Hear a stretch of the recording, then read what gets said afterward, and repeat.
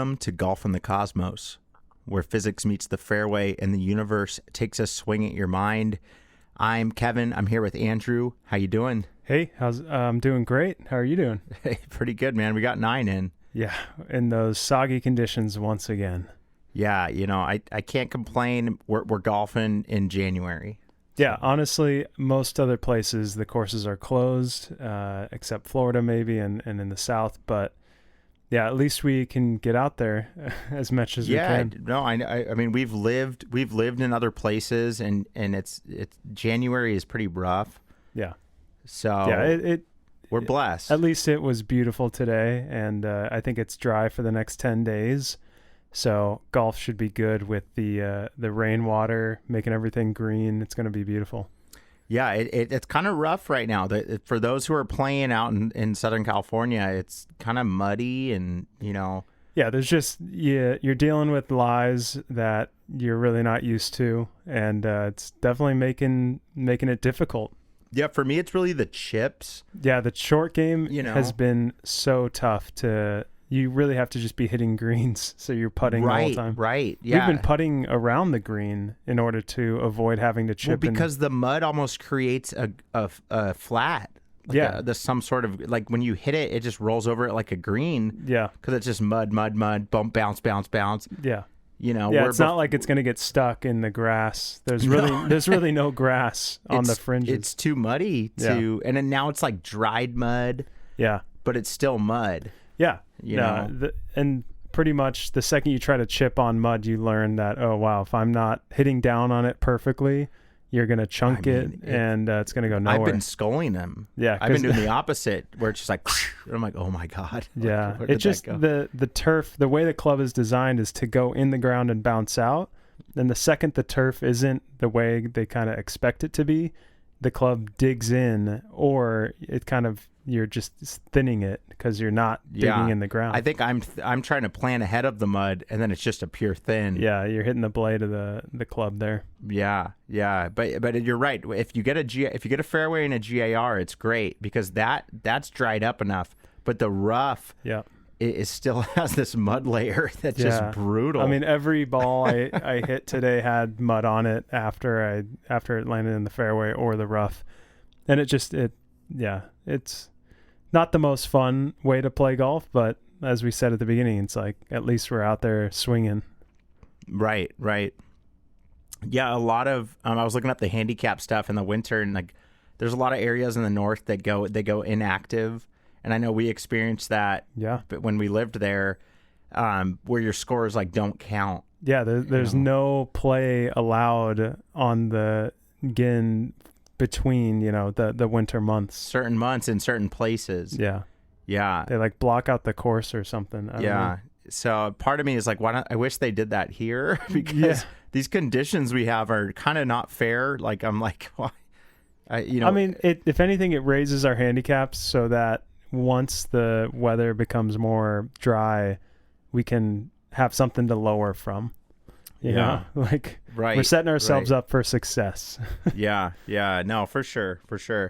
But I mean, today was funny. I hit someone else's ball because she was playing an orange ball also.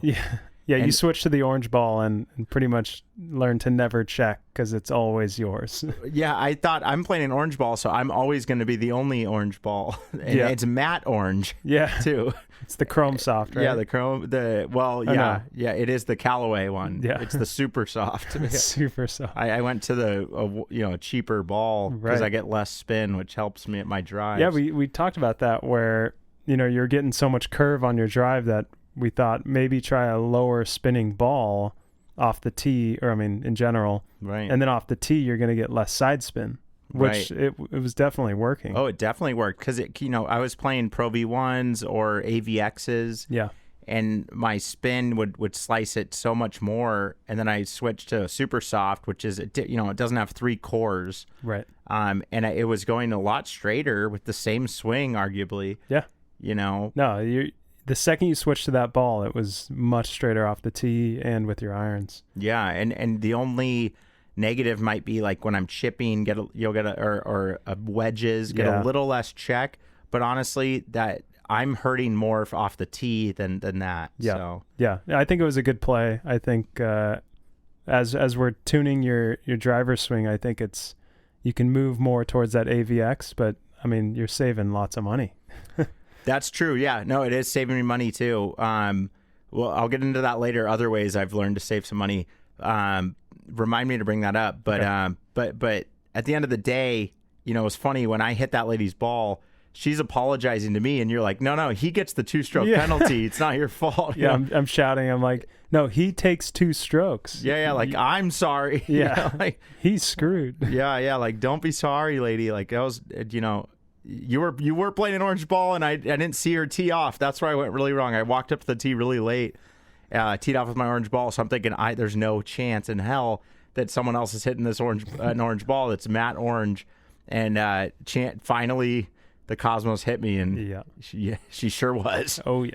She goes, are you playing at Callaway? I go, I don't know, maybe. I'm surprised that she saw your ball and was like, that's not mine. Yeah, that she checked hers, right? Yeah. Right. She instantly knew. She's like, that's not mine. That was good. Yeah. I mean, what are you going to do? So I start off the round today with a 2-stroke penalty. You get a 9 on the hole. Just in the ball, when I hit her ball, I hit the green. Yeah, you're in a great spot. It was like so sad. You're about to make par. Yeah, and possibly start off a great round, you know. But no, I rolled with it. I mean, it's not the first time I've hit someone else's ball. And to all the listeners out there, I mean, you just have to accept it and take the 2 strokes. And you're actually glad that you figured it out. Yeah. Because if you putted it in and the second you tee off your next shot, game over. In stroke play, you're done. You know, match play, you just lose the hole. Yeah. But it's not good to hit someone else's ball. That's that's a no-no. But we've seen it happen so many times. I've done it.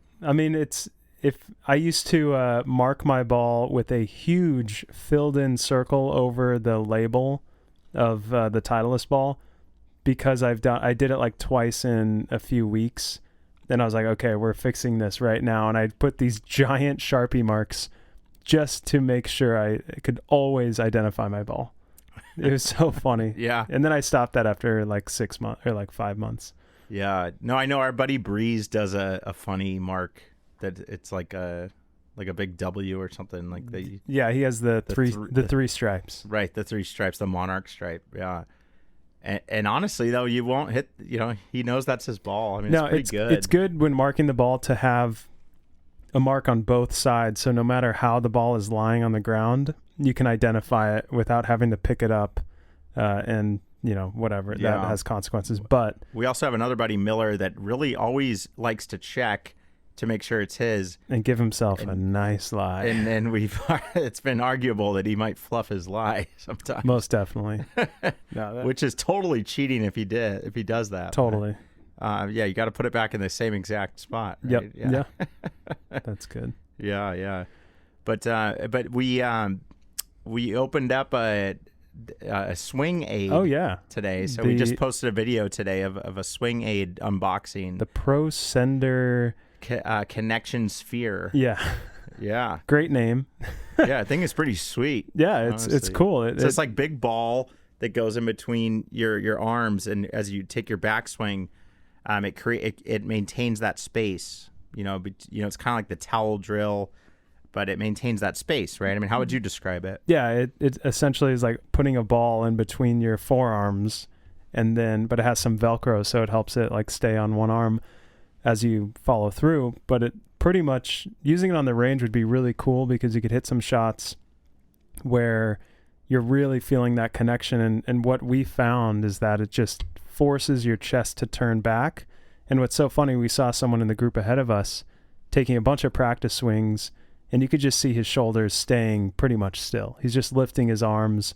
And it's like, that guy needs the Pro Sender Connection Sphere. The ball would have never been able to survive the way he was swinging. It his was like right elbow, closing. Yeah, his right elbow was pretty much coming way back and separating from his left forearm.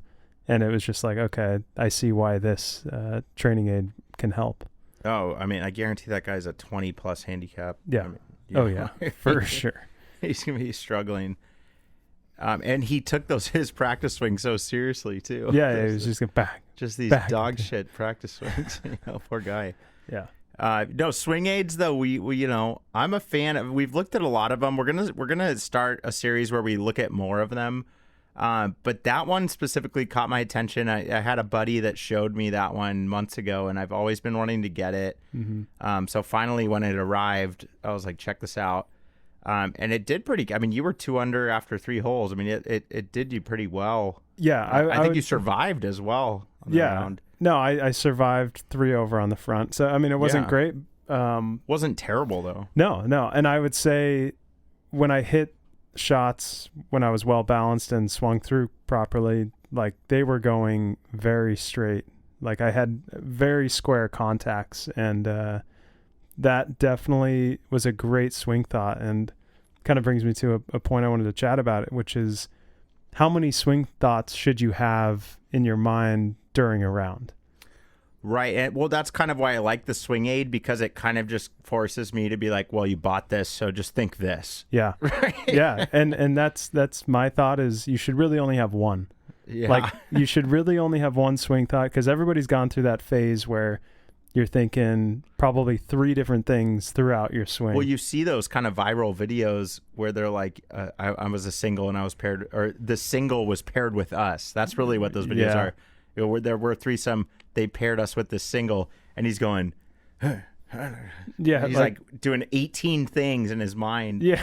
And you're going, wait, what? Yeah. And then he chunks it, and you're like, oh my God. Yeah. So, I mean, it just doesn't help your psyche when you're trying to play a game, but thinking about 3 to 5 things in preparation to that thing. Well, that's something we've talked about in the past, me and you, is like, are you playing a game, right? Or are you thinking about playing a game? Yeah. So like, are you involved in the game, or are you just thinking about how you're gonna play a game? Like, as it comes down to like an athletic movement or whatever, however you want to describe it. I mean, so much of your prep has to be done essentially off the golf course, and you go to the course with the preparation that you've done, and you have to, we've all said, play the game that you brought today, or whatever that saying is. What you woke up with. Yeah, like you woke up with what you have, and you have to play that game, and especially if you're playing competitively, it's essentially the only way to go through a round is like take what you have and play with it. And so when it comes to like this game, if you're thinking about the game or thinking about the game, you're just in a whirlpool of thoughts, and it's not going to help you actually achieve the goal of this game. Yeah, I mean, like I know we're like in football season or college football playoffs right now, and NFL playoffs actually this weekend. But like, you think when the running backs, has a breakaway run and he sees a guy in front of him, he's thinking like, I should do a juke. Yeah. No, he just does it. Yeah, right? yeah. There's no way that he has a second to go, I'm thinking about what I'm doing right now. There's no way. No, it's like that flow state in a sport like football or basketball where it's live and you don't really have time to think. You just have everything you've done over the past X amount of years. Yeah. So it's like it's essential to just get in that flow state as quickly as possible. But golf is kind of live the second that you're done waiting on the tee and you're ready, you're up. Yeah. It's like then it's kind of live. Like, so then what are you thinking, or are you playing the game? Yeah. Yeah, I mean that's why if you can minimize the thoughts to just one swing thought or one approach to your shot, that can really minimize the after effect of all of the other thoughts that you might have. Interesting. So it's like minimizing it to one can really help you just focus on that one, and then it just washes away as you've done it throughout the round, and now you can play the game.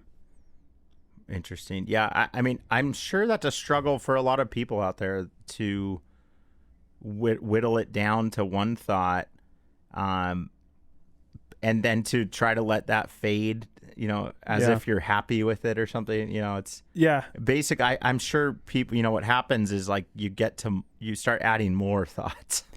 Well, you add more, or you forget about that one. I don't know. I've been reading before I go to sleep, and I've noticed this interesting thing where I'm focused on what I'm reading, and I'm in like the flow of reading where you're like, you're reading everything, but you're also like understanding. But then you start to fade, and your brain starts to go into this almost falling asleep. Sure. And like you start reading the words, but they have no meaning and they're just fading away. And so that's kind of what happens to a swing thought in a round. Like it's pretty hard to maintain the focus on a swing thought. Like you've talked about how exhaling slows your heart rate down.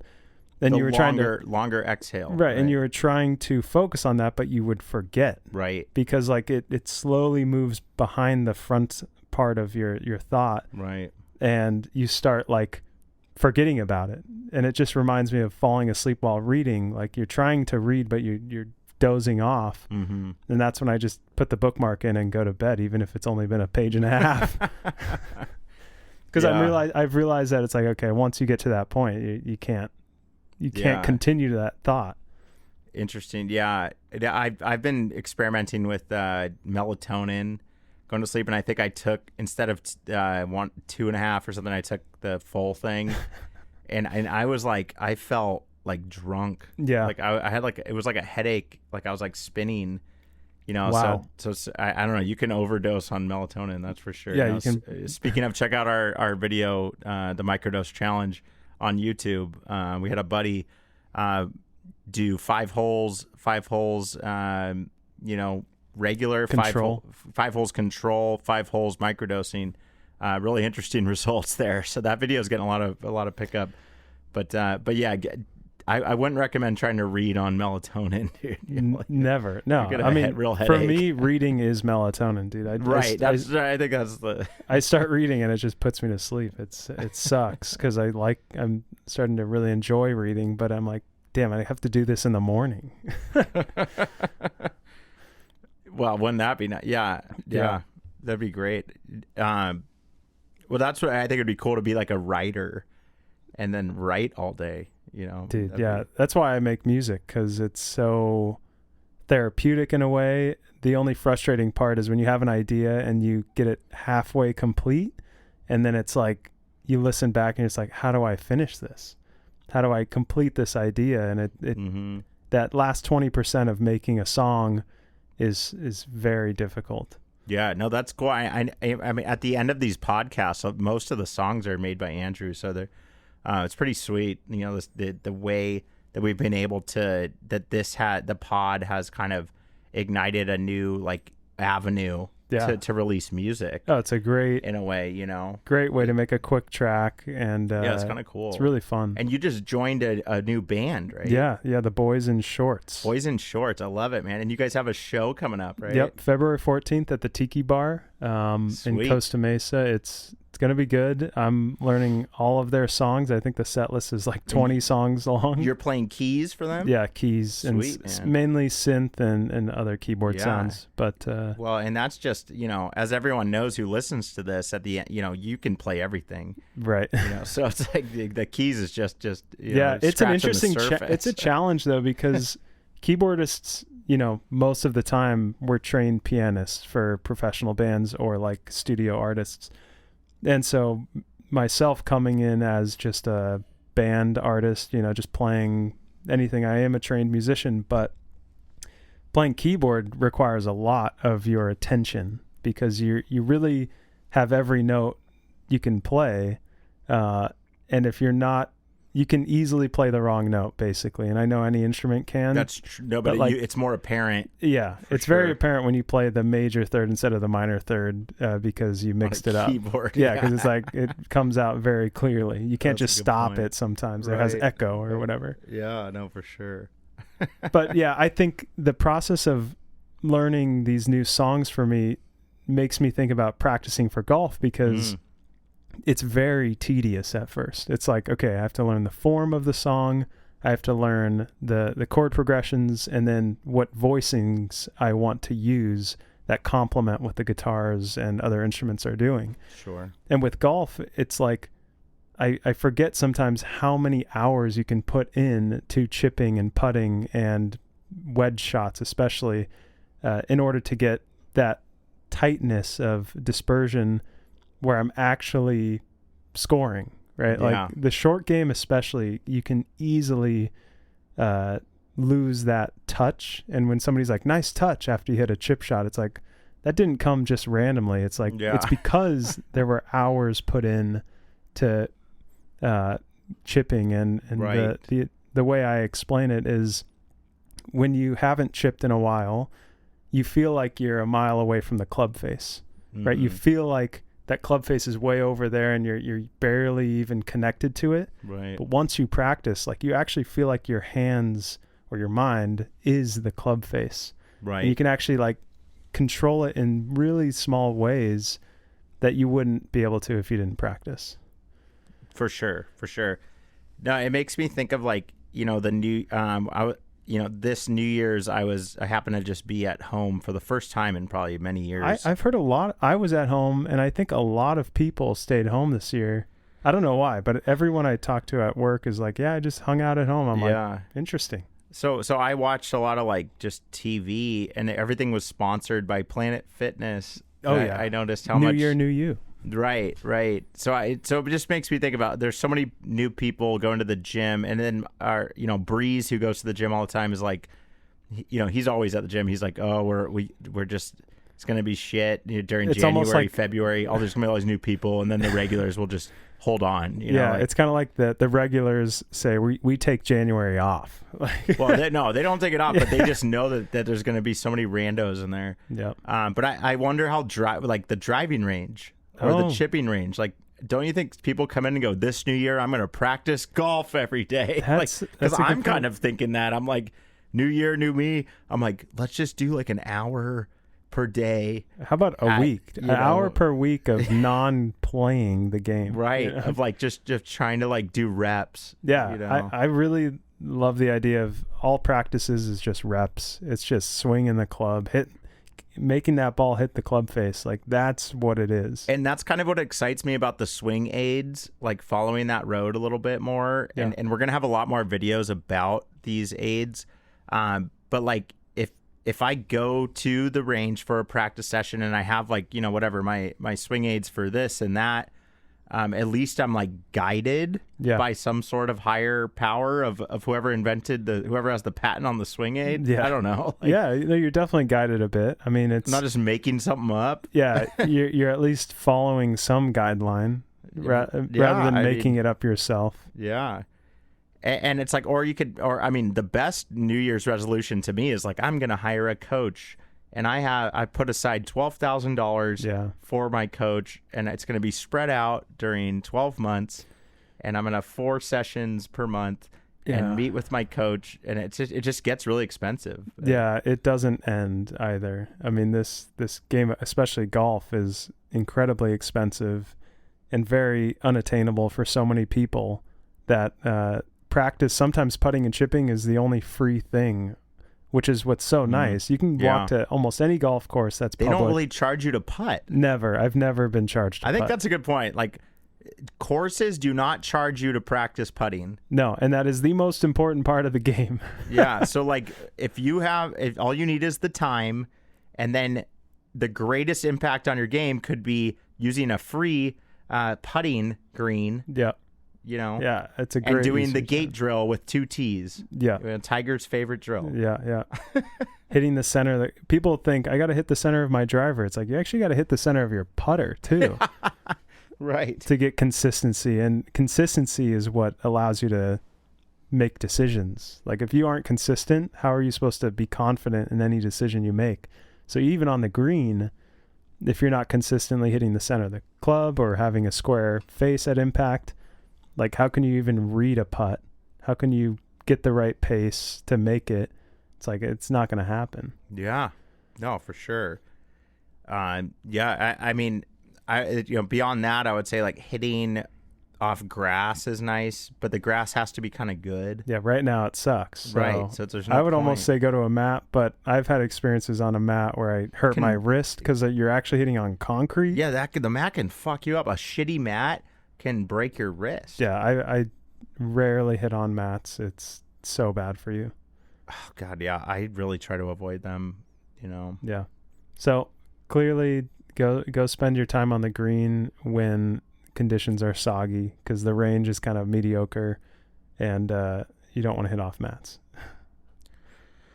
Well, it's like if they have new mats, like it's really about how much how many inches is between the concrete. Rubber and turf between the concrete and the ball. Right? Don't you think? I mean, yeah.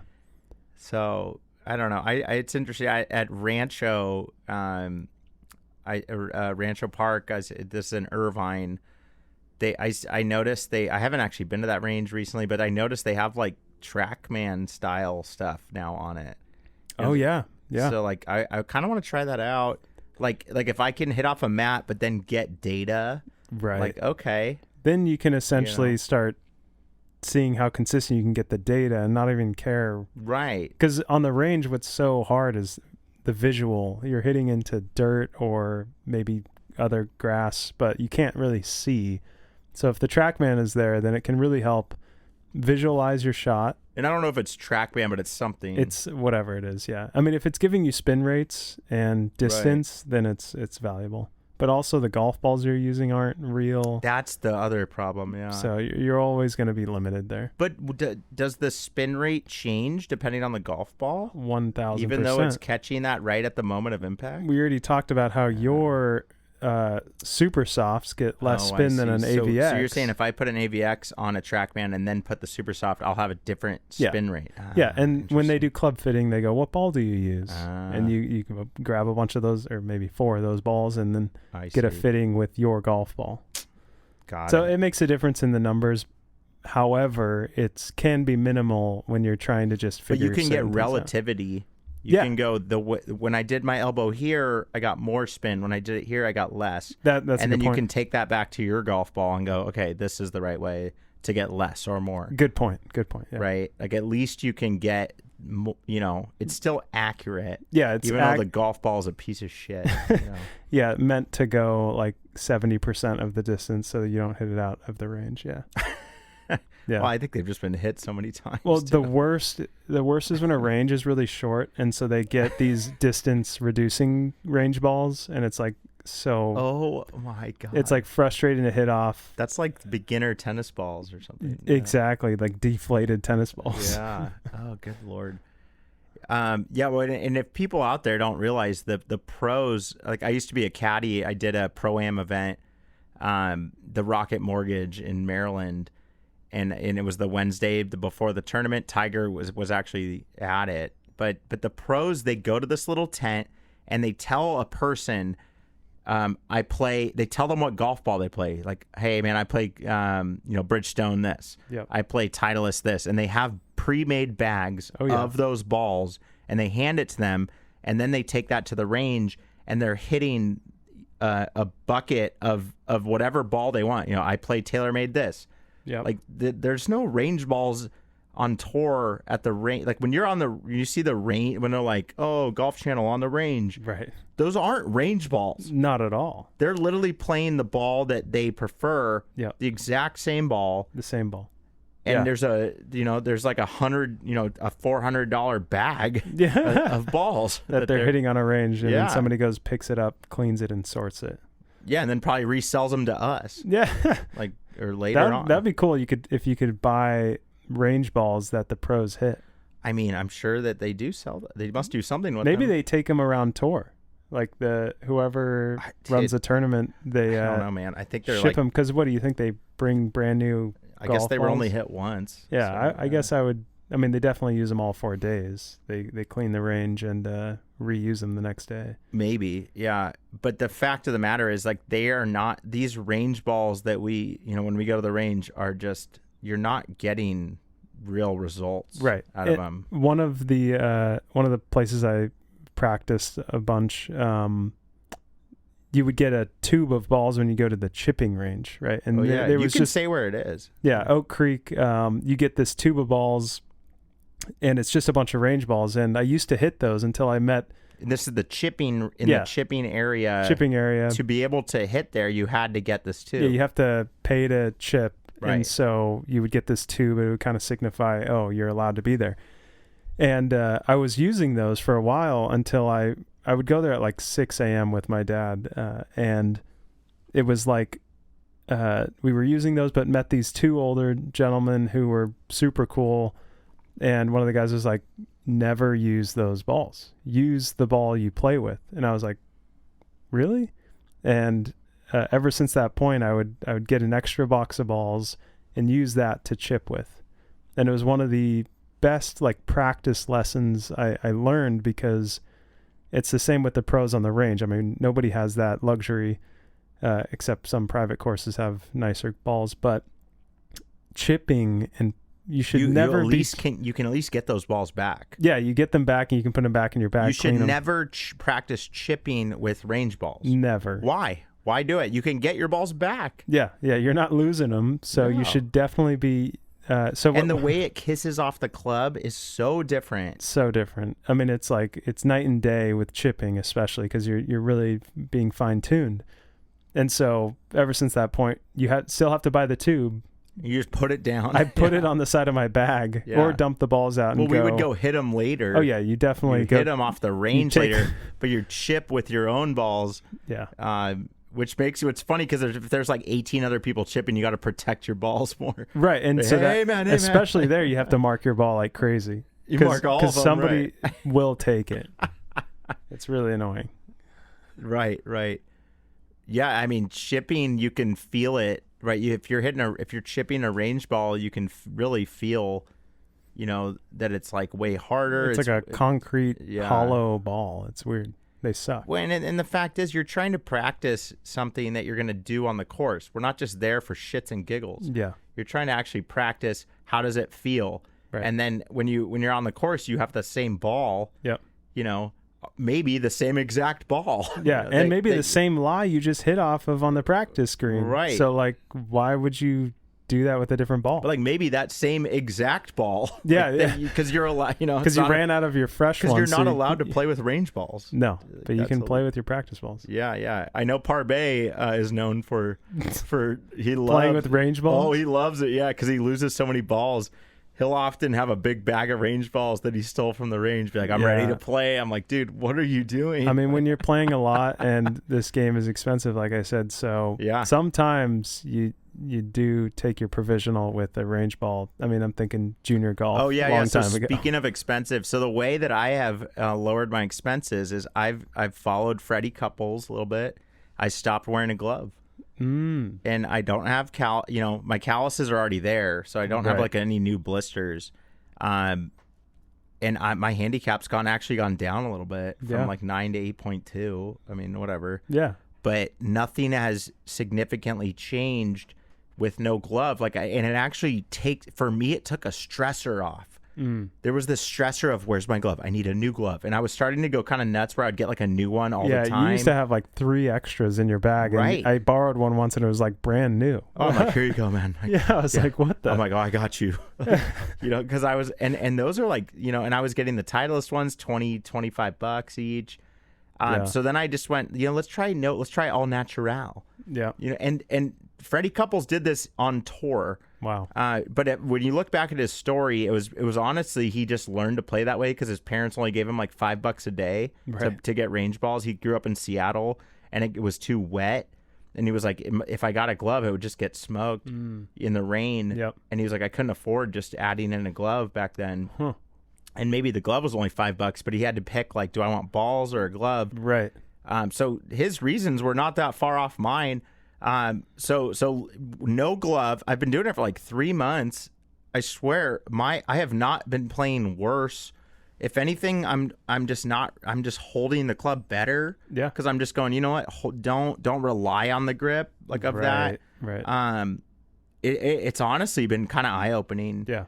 The no glove. I would recommend it for people out there who are just like over like spending extra money on golf. Just be like, dude, just try it with no glove and just be like, I'm like Freddie Couples. Yeah. Freddie Couples is out there for us to, Yeah. Yeah. Why not? He didn't do it. No. His swing is so pretty too. If I could just get my swing anywhere near Freddie Couples. Yeah. I think, what does the glove even do? Yeah, after a while you start to think about that. You go, why do I need this glove? Because sometimes I forget my glove or I left it at home and I have to play with no glove, and it doesn't make a difference once you understand how to grip it. Yeah, right. It kind of trains you to hold the club correctly and to move your body correctly. Yeah. Because if it's slipping out of your hand without a glove, like the glove isn't the solution. especially if it's dry. Yeah, if it's raining and stuff, or your grips are wet, then what I've been doing is just drying it with a towel, and then going in with no glove. So I don't know if Yeah, when it starts raining, I just take off the glove because it gets soaked and you can't even take it off. Like you can't put it back on. It's miserable to have a glove in the rain. So when it starts raining, I don't even use one, and just dry the grip. That's what we did at Talega, right? Yeah, because they get soaked. You can't put it back on. It sucks. Right. Well, and then they have I still think I like the black gloves. Yeah, the rain ones. If you're in ones. heavy rain, the black gloves that are rain gloves, you have one on both hands. Those actually add more grip when they get wet. So it's kind of interesting how those work. Yeah. It's just about like trying to get your hands on a couple of those. Like the pro shop didn't have any left. I was like, whatever. All right, I'll just have to use a towel then. Yeah. And just swing swing normally. 4 towels you brought. That was crazy. Oh yeah, when it was raining, I brought a dry bag with 4. That's the caddy in me. Right. That was smart. When I was a caddy, if you didn't have a dry towel, you're basically not getting tipped. It's honestly, because it's like they're like, "Hey man, can I get a dry towel?" It's like I don't have. They're like, "What are you even here for?" I'm like, I honestly don't know. Yeah, I don't know why I'm here either, man. Yeah. Why am I here? Yeah. Maybe I should not do this. So it's like so you'd keep the towel. Like if you only had one towel left, you'd keep it under your shirt. Yeah. You'd keep it under anything to not get wet, because the umbrella is my favorite. Oh yeah, my favorite vibe. But then it broke your umbrella. Yeah, because that thing's a piece of crap. We would try to put the towel in the umbrella, and it started breaking the arms, bending the shitty aluminum arms that held it open. Yeah, that sucked. But I mean that's kind of the theme for me right now. Is just this fucking winter has been so brutal for so many people's golf games. It's like, but, does it get better? And it's like it does. Yeah, but. I mean, this kind of makes me think of when you're playing conditions that are soggy or whatever the conditions are, you're playing the same conditions everyone else is. Sure. So you constantly have to remind yourself when you're in competition or even playing with friends, betting or whatever, that like whatever you're going through, everyone else will go through or has gone through. And like just keeping that perspective, knowing that you can't really blame the course conditions because somebody else could be in that same spot. And especially when you're playing in a large field of like 70 people, like people not in your group are going through it. And so you just have to accept that that's the situation. But it puts fairways and greens at a premium because the guy that you played with last week, K-Con hits the greens more. Yep. And he shoots a lower score. Yeah. A much lower score, actually. But I think just 3 strokes. Oh, okay. I thought you were 11. He was 4. No. Oh, no. He was like 6. He 7. Was going to be 4, and then there was a river by the hole. I see. And he 4-putted. Got it. So it eventually caught up to him. Well, yeah. Okay. Well, yeah. So, you're right. I mean, it's all relative. In a sense, everyone is going to play those same things, but it just as a personal golfer, it's frustrating. Yeah. Just personally, because I had to play around by myself recently. I used to play by myself a lot when I was in Florida. Because I didn't live by all you guys, but now recently I was like, you know what, fuck it, I'm gonna go out. I'm gonna go play Rancho, and then they were like, yeah, no one's with you. Go ahead. I was like, okay. I'm in thick rough. And then I just can't find my ball because it's not mowed, and I'm there by myself. No one's with me. And I just kind of lose all relativity of like, oh, no, this isn't happening to anyone else. It's only happening to me. And, right. So I actually had to rage quit, essentially. I rage quitted. I picked up or I finished the 10th hole and then closed out because you can do 9 on your handicap. So I closed out 10 holes. I played the 11th and 12th just for fun, and then that brought me back to the clubhouse, and I drove home, and I felt depressed. Yeah, dude, it definitely depresses you. The winter is kind of depressing. I mean, that's a fact. Yeah, it kind of happened to me. I was not puring the ball last weekend, and at Black Gold. Yeah, Black Gold. At least you finished 18, but you were with people at least. Yeah, it was a team effort. We were all playing through the rain, and other people were heading in, and we were like, we're so other people quit. Yeah, we were on 16, so we're like, we got to do this. And it was starting to, the rivers were showing up on the greens. Jesus. If we were any earlier, who knows what would have happened. But, yeah, I'd say that it's So just like. You felt a little bit of what I'm talking about. 1,000%. My game suffered dearly from the soggy chipping conditions and just not as many pars as I'm used to. So it was tough. It's no fun. It made me go, I'm never playing in the rain again, unless it's a tournament, because in a tournament you're playing for something. So Right. yeah, it sucks. No, it's definitely been interesting, and we're just so blessed that we can even play during these months. Yeah, I mean, it's not snowing. So. Right. I mean, we can't complain too much. So here, move your little screen down just a tad. There you go. So the Sony Open is coming up, guys. The PGA Tour is opening up, is starting, I should say, next week. It should have started this week, but the Century, as I spoke about in my Maui pod, the Century got canceled. It's up in the air if the Hawaii Swing's even going to still be. So the PGA got a new like CEO or something, or a new ownership. Okay. They got a new investment. And then the Saudis didn't match it, so it's becoming more important for it to become profitable. So these events, when you throw an event on Maui, you're not selling that many tickets. You're not really making that much money off it necessarily. The views are beautiful. So there's a lot of, the writers are really arguing about, like, what is it all about? Is the product like showing the beautiful beaches and stuff? And it kind of is. They're not saying that that's not true. Right. But when it comes down to just financials, Hawaii might, Sony's contract's coming up. So this might be the end of Hawaii, just because what they're trying to do is condense the season where it's only superstars. Wow. And it's like way less events. Wow. Because they want it to be more like the NFL. Yeah. The NFL has figured out the equation, by the way. Yeah. It's like every Sunday the bars are packed. It's like, how do you make golf like the NFL, where every Sunday the bars are packed because they want to see Scheffler, they want to see McIlroy, they want to see Koepka coming soon, baby. Straight up, he's coming back. Dude, right? No one's saying it's. I'll almost put it out there. Koepka is going to be back on the PGA Tour. Wow. What if they all come back? That would be pretty fun. I think they might finish out their contracts. DeChambeau is like throwing out numbers in the B's, in the billions for his re-signing, because it's like, hey man, and then the best is he's built up his golf YouTube so well that he's like, I could do neither.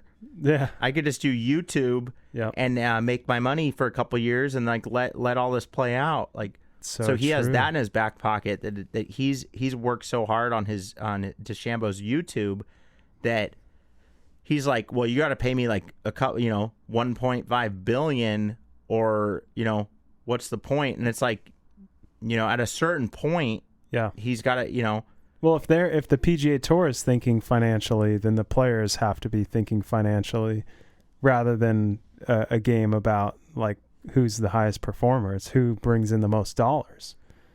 Well, no, it goes both ways, right? And this all kind of ties back to when we talked to Tony Krasinski, like that. There's memes going around about, oh, sorry, honey, I should have stayed in college to be a 6th year senior and played college football, but instead I joined the NFL draft, right? Because he got paid less in the NFL draft than he would have in college, because they get paid now. So it's like, it really comes down to everyone's a mercenary and everyone's protecting their own brand. Yep. And so DeChambeau's going, all right, Brooks left. That now I'm worth more to you, Liv, because you don't have Brooks. Yeah. So that raises his value, because he's like, now you need me more. Wow. And they're like, shit. And then he's like, well, I could also just go do YouTube, because he's making money on that. Mm-hmm. So he's like, well, and then the PGA is going, well, we only have a 1-year waiting period. So Brooks is like, I'm happy to take the year off, and then he'll be back, in force. Wow. I think in less than a year, we're going to see Brooks back on the PGA Tour weekly. And then when they fix the tour, where it'll just be 18, 20 events only, 18 events with just stars, boom, hitters on every single event. I mean, again, I said in Mexico that this hurts people like you who are trying to get on tour. Of course. This is not good for you because it's like you don't have the same avenues anymore. But the Corn Ferry might get bigger. Right. There might be more events in Corn Ferry. So, I don't know. That I mean, it's so interesting because you're right. If they reduce the schedule, because we've all seen those middle tournaments with the essentially Corn Ferry people playing, and some random wins in whatever country or wherever it is, and you're just like, this isn't interesting. Like these people aren't stars. Yeah, the writers call it sameness. Yeah, sameness. It's just a bunch of trained golfers who are B players. Yeah, and they don't have that charisma that a star does, which is what's crazy about golf stars, is that they like not only are incredible at golf, but they are also somehow like actors. Like it's like how some pro athletes are on commercials all the time because they're basically actors, and they really end up performing well in front of a camera, and that brings in so many dollars. Yeah, well, I think it's what comes first. It's maybe because they're in all the commercials that you think that. You know? Well, no, because they wouldn't hire like Matt Kuchar. I can't remember what company he was advertising, but he would be in all. I think Bridgestone probably. Yeah. But and Skechers, but like he's just has an ego about him that is hard not to look at. So a lot of these golfers are actors, and you see the ones that aren't. They aren't on commercials. They struggle to like be present. They struggle to present themselves in front of a camera. Yeah. No, I mean, I don't see like Scotty Scheffler on that many commercials though. You know. Well, because look at him in an interview. He's the most boring person to listen talk. He's like, I just do this kind of because I love it, and that's it. I don't even know why I'm the best. Right. I still want to watch him golf, but to be honest, that's kind of like there's a couple live guys that I would love to see week on week take him on. 100%. Yeah. And that's like what we're missing, and so we'll see what happens. I mean, but I know for a fact there's changes underway where everyone wants to be the NFL. Right, the 18 weeks that are just heavy hitting, massive viewers, like, so they're trying to get somewhere like that, where these guys will play every week, right? Because it's like worth it. So that's kind of what we're getting at with signature events.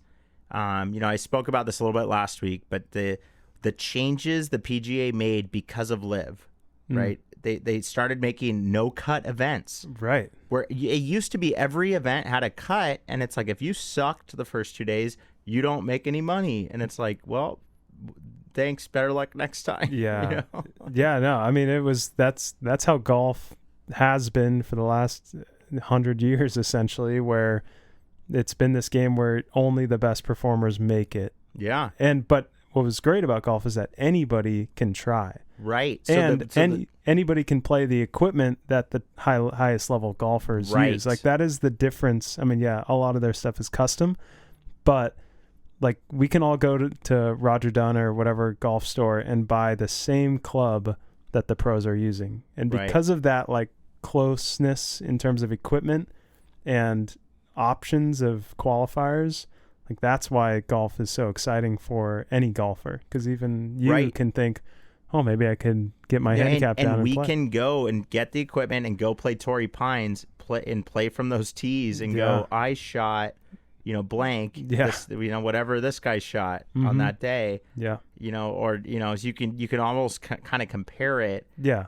Where like tennis is funny because it's like you do need to play an opponent. Yeah. And you play in golf, you just need to play the course. Yeah. It's been the most cool part of golf is like, wow, I played this course in Monterey that all of these pros got to play. Yeah, MPCC. Yeah, that one was amazing. That was sweet when you got to play that at caddy. Dude, to qualify, just a side story, I think you were there when I qualified. Brookside, baby. At Brookside, and I made a probably 80-foot putt. Hell yeah. That was the difference. Like, you won by 1 stroke. Yeah. It was something like I shot even. What was that called? The California Amateur? Yeah, the California Amateur. And it was, you had to go through local qualifying, and then after that you got to go to the championship, which was at MPCC. Yeah, Monterey Peninsula Country Club. Dude, insane. Which is one of the, at least it used to be, I'm not sure if it still is, but it used to be one of the 3 days of the AT&T at Pebble Beach. I think it's still, you're right. It used to be. I don't know. I think they may have gone Spyglass. No, I think it's Spyglass, MPCC, and then Pebble Beach, obviously. Yeah. It was a hell of a course, man. Even the practice round, I probably enjoyed the practice round more. Yeah, because I think I hit a couple shots. Yeah, that was fun. I struggled to even hit a shot once we got in the game. I mean, the nerves were higher than ever. It was the biggest tournament I played. Right. And I at the time it was. Right, and you saw the quality of the other golfers. I was like, wow, I'm like a mile behind these guys. It was crazy. Yeah, that was impressive. And it was just a stroke of but you played well at Brookside, but it was a stroke of luck on that 80-foot, the 75-foot putt. Yeah. To drop, but you still had to hold on. I played well, but I remember but we were so comfortable for whatever reason in LA. And then we drive up to Monterey, get a hotel. We're like, holy shit! You know, we all started doing weird shit. Dude, it was insane. We all started just acting crazy. We all did start acting crazy. It was like the weirdest. But that's what happens. Yeah, and that's why you have to, this game is a game of failure, and it's just like the guys who are there, they've gone through that failure. Almost nobody, maybe Scheffler and those top guys, won everything as juniors. I highly doubt that, by the way. Yeah, I guess Tiger, it might be the only person who won. No, I guarantee he went through some sort of junior failure. Yeah. We were talking to some guy today, and he asked if I played the AJGA, and it's like junior organization tournaments that are held around the U.S. And I was like, I think I played one of those and lost brutally. I didn't tell him that, but I was like, I played a couple. Just brought back you're like, I was like, I know Indian Wells golf course. There were 2 courses. It was a 2-day, and I struggled. Instant memory back to exactly where I was. Yeah, that's part. I guarantee you, all those guys that are successful went through massive amounts of, like you said, it's part of the game. Yeah. And that brings you to one more idea that you don't have success without failure. And it's not only because they're 2 different things, but they're actually the same they're kind of part of the same thing. So are we getting into more of your Eastern readings here? But it's just one simple idea where the successes, you don't feel them without the failures. And so, in other words, there's no crest without a trough in a wave. So long story short, when you do feel like you're playing well on a golf course, you only feel that way because last week you were struggling. Where if you kind of maintain and stayed the same, that's fully unnatural.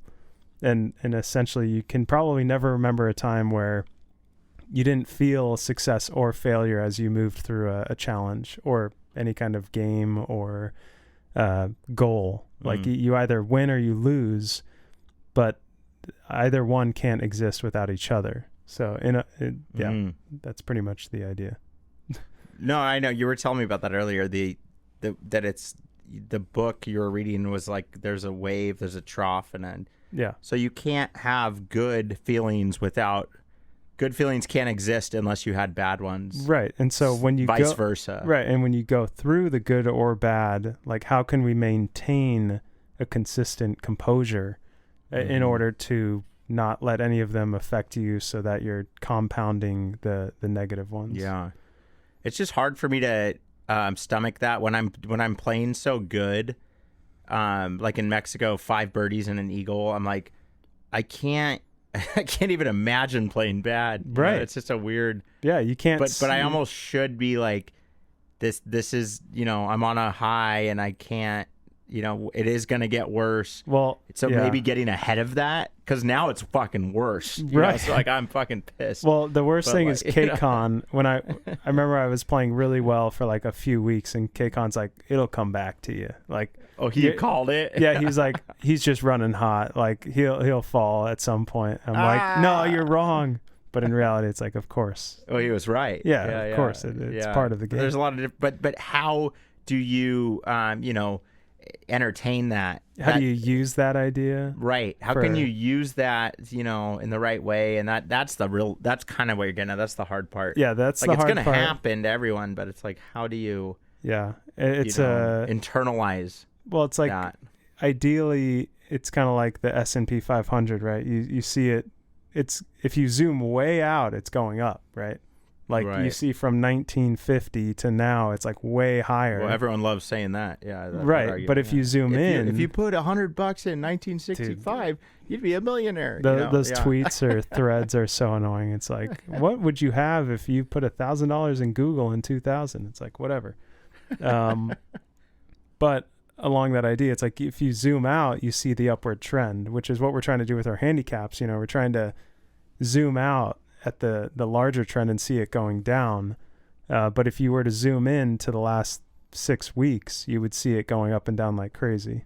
So at the end of the day, it's kind of like, okay, when you are going through tough times in golf or life, like how do you zoom out just a bit to see the general trend as like, oh, we actually are going up or, in the right direction.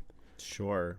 So that's just having perspective. And when things are good, it's like, it's so easy to get in that flow state. Yeah, it's probably better for when things are going bad because sometimes when things are going bad, you're going, you're like, it can't get any better, but it's like, because you're in a low, it almost has to get better. And I think that's probably hard that's why people throw their clubs in the lake and shit. Yeah. Cause they act, it's kind of like, don't let yourself throw the clubs away just because you're playing poorly for a week or 2 or 3. Cause at the end, it's like, you're in the trough and you have to realize it will come back up. I saw a good post by our buddy from the US Am Tour that was like, he was like, I'm plus 17 right now. And I was like, good Lord, I didn't even think that was possible for that guy. Yeah. And he was like, but I know that I'll probably be back tomorrow. Yeah. So he had a good perspective on like the fact that he was plus 17 blew my mind. But I was like, wow, he's one of us. Yeah, But then he's like, I bet I'll be back at it tomorrow, and it's like that's a good way of looking at it. Like, tomorrow's another day, and everything can change. Yeah. Especially for a guy like him who usually shoots like under par. Yeah. But to see him 17 over, like, oh my God, he must have just overshot everything. Yeah, who knows? I mean, missing, and then he got sick. So like, it's like, who knows? I mean, it's like his swing. It's funny. He swings so hard that it could possibly go south. Yeah, especially if he has the flu. Right. I just you would think that, but that's a winning swing some days. You just have to be on the up when you're in the competition, and then but that's why it's 72 holes for these pro tournaments, because like that's the ultimate test. Can you go through? He won a 72 hole. Right. Yeah. So it's like, can you go through that amount of time without a screw up? Yeah. So, which when I played the USAM National Championship, I was tied for 4th or 3rd going into the final round, and then were paired with this guy. Yeah, who ended up shooting 5 or 6 under and winning, and I shot 3 or 4 over, something like that. Yeah. So it got really but it's just one round. But I couldn't hold on for 72 holes. Right. So and he peaked actually. He peaked on the final day. Yeah. He had a caddy, right? Yeah, he did. And you didn't? No. Yeah. Sometimes I feel like that adds the extra. Well, it both gives you a little more ammo and takes away. If the caddy is losing energy more than you are, right, then it can bring you down. Right, the right caddy. You have to sync up, so you almost have to like live with each other. And I don't know. Yeah, there's something that, or at least when you meet up, like he needs to be really fresh. Right. Yeah. So, something. It's funky. Yeah, but it seemed to work. Like I don't think that's a coincidence that guy won the 72 holes and had a caddy. No. I think it was actually tied together that he connected with that guy for those 4 days at least. Yeah. I mean, I could be wrong. No, they seemed like good friends, and that's kind of all you need in a caddy is just someone you can chat with the ups and downs. But you need that energy from them. Yeah. They can't have a low. That's what I'm saying. Like if you're not synced up and they go low on round 3 and they're low energy, then now it's hurting you. Yeah. And you almost like they should just stay home. Yeah. You'd rather not have them there. Yeah, we'll see. I mean, the US Am Tour Championship is national championships back at the same place in Oregon next year. Yeah. Did you already pre-qualify? No. For it? Okay. I was off by 1 placement. Okay, so we'll get back in it, I'm sure. Yeah, easily. It's like flight based in Bend, Oregon. But yeah, if you guys have, I mean, we'll shout out US Am Tour. I mean, they're pretty cool guys. Oh yeah. It's good competition. There's good guys in it. You can just play a few events and kind of qualify your way into if you want to go to Bend, Oregon, which I highly recommend. It's a pretty sweet place. Yeah, Sun River. It was great. Sun River Resort. It was a good time. I mean, I'm just pretty excited that they're doing it there again. Yeah, and then like every other year they're doing it there. Mm-hmm. Yeah, they obviously had a good time, and I'm sure Sun River benefited, and so that they've probably made an agreement to come back every other year until 2030, I think. Right. Yeah. No, I'm a big fan of that tour. But yeah, I mean, it's been good. It's a good test. I think playing tournaments, playing competitive golf is always good for us. And gross competitive, not net. Like when we play with all the buddies, it's like it's a net game, and we're essentially all playing ourselves and just trying to beat our handicap. Right, where this tour groups you with people in your same handicap, and then it just goes whoever scores lowest. And it's like handicap does hold true, but in a tournament, it kind of all goes out the window, and you're just playing against guys who are also good or at your level, and like you can beat any of them any day, and they can beat you any day. So it groups it. So I'm in like an 8 to 12. But the cool thing is when we start playing, the 12 doesn't matter anymore. It's like whether I'm an 8 or a 12, that guy doesn't matter. We have to shoot. We have to whoever lowest score wins. You're in the championship, so it's scratch. Yeah, it's like 0 to 4, or it's like 3.9 and less. So you could be playing against other pluses, but the championship, it's ultimately those guys are all capable. They're all capable of shooting low and high score, like in the 80s or low 80s. So it can happen. Yeah. You're right, though. It's it's kind of annoying when you're applying the net stuff. Ultimately, you've lost a lot of money with our groups of buddies over net. Yeah, because I'm playing against a 15 handicap, and I might be a +2, and so I'm losing 17 strokes. So in order to beat that guy, I have to beat him by 17. So it's like, what's the fucking point of that? Might as well play against guys that are 3.9 and below. That's why I hate net and just games. Go fuck it. We're just gonna play for straight. Yeah. So. That's what I like to do, because sometimes that's why the US Am Tour is so great for you. Just play guys straight. Yeah, it's the way golf really is. Like, how do you get the ball in the hole in the least amount of strokes? Yeah, like let's not add all these things in where you stroke on all these holes. Yeah, and it's not like anybody is actually handicapped, like has a bum leg or anything. It's like in reality they could get just as good, but. They just don't practice. Yeah, they don't practice and don't strength train, They don't do Pilates as much as you do. But like Miller, yeah, literally. But like Miller, have you played with Miller recently? Oh, yeah. Dude, it's insane. He took me out to Aliso Viejo Country How'd you like Club. his swing, his driver swing? Looks a lot better. That's all me, you gave man. him a lesson. I gave him like one lesson, and he's bombing drives an extra 15 They're going yards. straight, too. Dead straight. It's in. Yeah. I watch him play, and I go, damn, if his handicap. I think he shot an 80. He like really did well. Like I witnessed the whole thing, and it was impressive. It's impressive, and I would love to help more and more golfers. It's fun. Well, that's why we're gonna start at the sim at Miller's Sim, which I'm sure a lot of you know about. Check out golfinthecosmos.com. There's a link on the left for budget sim. We have the links to all of Miller's sim stuff. I mean, if you have a garage or just like a room, even like everyone should build this. but you're going to start doing lessons from there, and we'll start to kind of spread the love of, these things that you've learned.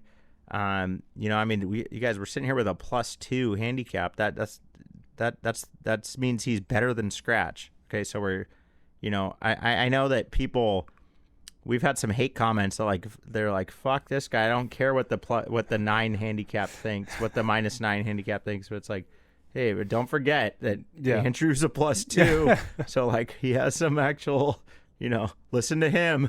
I'm just trying to move this thing along.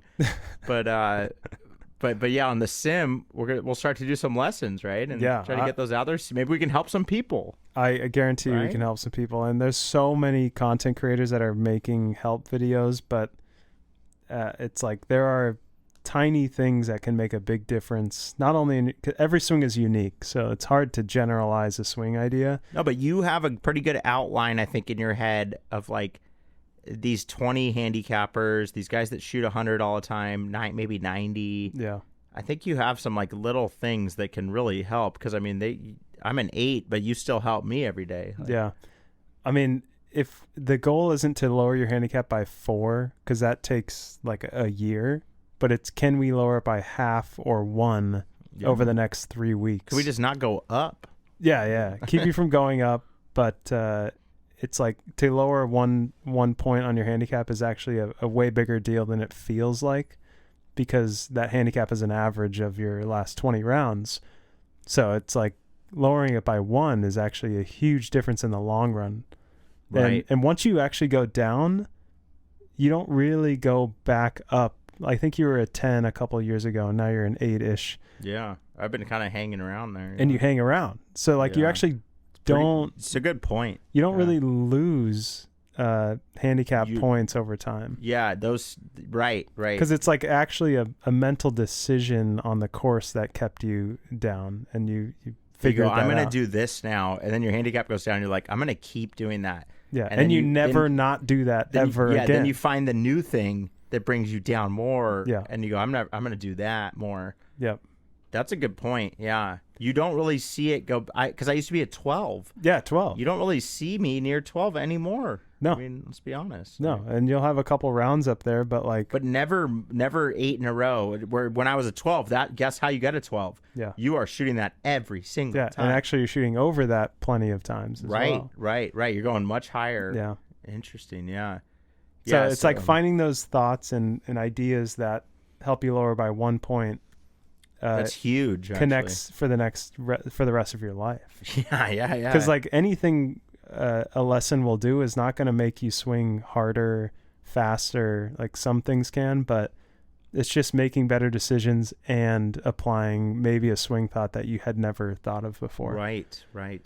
Well, and that's really what I would like. I would really trust you.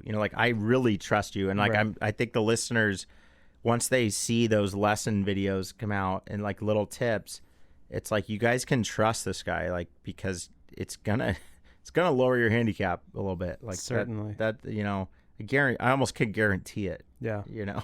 I mean, the handicap doesn't go down overnight, but that's why you just have to stick with some ideas. Well, I would even say you almost get a little worse when you try something new first, but then it goes down more. Your handicap that's the ups and downs I'm talking about. Yeah. Where you actually have to go through that trough of struggle to get to the next crest, which is higher than where you were before. Because no one wants to shoot the same score every time, or else why the hell would we play this game so often? Yep.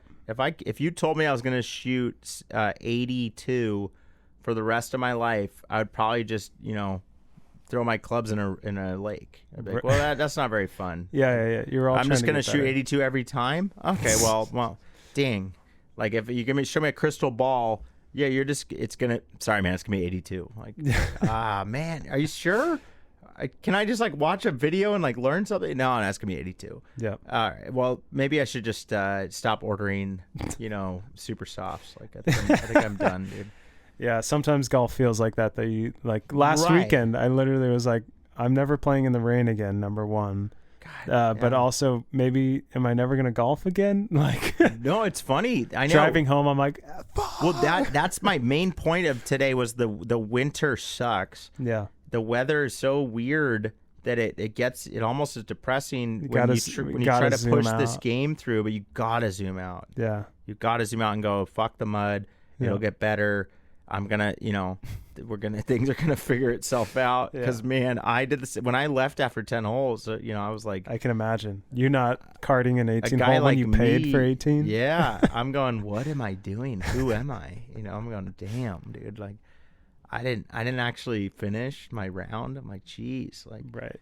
And it's just the conditions got to me, and it's like, am I blaming? Then I'm like, am I blaming? Am I making excuses? Like, Dude, the blame game is real, and you have to stay away from it as much as possible. Oh, 100%, 100%. I think I just needed to go. I had other things that I needed to do that were on my mind. Yeah. Sometimes that's how you do. You just let it go. You leave. Yeah, you just let it go, and how about just don't think about it? Yeah, move on. Like, I just stop talking about it right now. Just stay away. Oh man, yeah, man. All right, do you want to scratch the scratcher and see if we're I've been dying to see if we're millionaires? There you go, man. Well, the most I think you can win is what, $500? I mean, we'll take that. All right, so we got winning numbers. Dude, maybe show it on the camera. Yeah, let's see. I'll walk up there. All right, we got our winning numbers. This is the winning numbers. 9, 24, 23, 39, 11.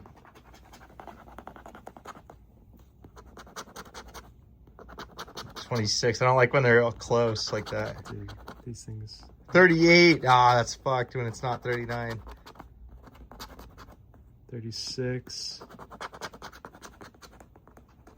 8. 4. 17. 32. 31. 22. They're all too close to the winning numbers. Yeah, that's how they. That's never good. 3. 12. It's too close to 11. 29? No. 14. There's no way the enders are gonna be it. 37. And 1. No. A loss. Hey man, it was great chatting. Yep. We didn't win $500, but No. good times, man. Yeah. Great pod. All right, everyone. Peace.